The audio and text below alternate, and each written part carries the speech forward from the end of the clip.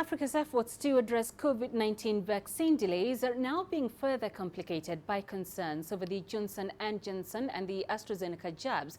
South Africa has already posed the Johnson Johnson jab and was the first country to reject the AstraZeneca one. The J&J vaccine has also suffered a similar fate in the United States and some European countries. The suspensions risk fueling vaccine hesitancy and rejection in Africa. We have with us Professor Sanne from South Africa's Wits University. He's also the CEO of Right to Care and has a leadership role in the Johnson Johnson vaccine phase 3B Sisonke vaccine trial. Professor Sanne, thank you for joining us this afternoon. The continent is hungry for vaccines and most countries were banking on AstraZeneca and Johnson Johnson COVID-19 vaccines. These are now being suspended by one country after another. What's the likely impact of this state of affairs? So I thank you very much for your interest. I think that the J&J vaccine suspension has really only been undertaken with an abundance of caution. We became aware of the rare vaccine-induced thrombocytopenia thrombosis that has occurred in 6 cases in the United States and 4 cases in Europe. These are being investigated. This is, however, a rare occurrence, occurring somewhere between 1 in 100,000 and 1 in a million of our vaccinees. It is a phenomenon that is known and understood with heparin-induced thrombocytopenia thrombosis. So I think the caution was seen while the situation is being investigated. In South Africa, we are the Sisonke study, which is a phase 3B study in healthcare workers attempting to reach 500,000. We have completed 290,000 vaccinations.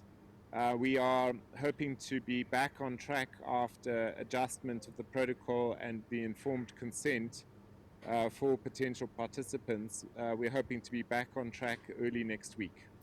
Professor, how can African countries handle the dilemma of those who had already been given the first shot of either vaccine, but now find that the second shot may not be coming due to these suspensions?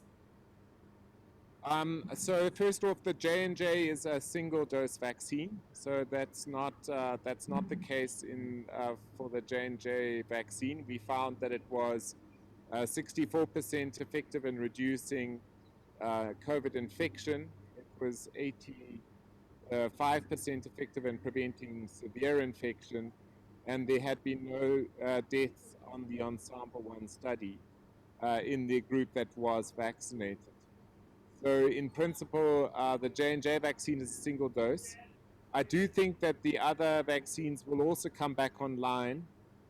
There's a separate significant question around the use of various vaccines with the various variants around the world.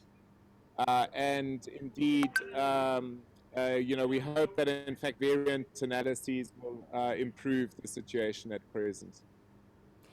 So considering the available COVID-19 vaccines around the world right now, which do you see as the most likely alternatives if indeed Johnson Johnson and AstraZeneca vaccines are put on hold? Oh, so I keep repeating to you that I think that this is an abundance of caution and these will not be on hold for very long.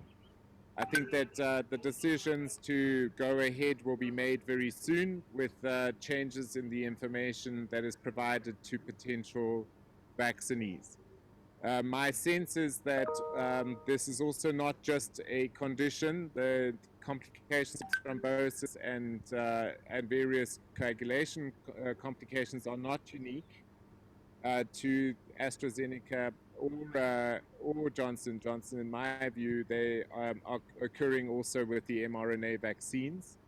And so indeed, I think that we will need to understand how to deal with those complications, but we don't have much choice but to go ahead with the implementation of the various vaccines. All right. Professor Sanne, we appreciate your time this afternoon. Thank you very much for joining us.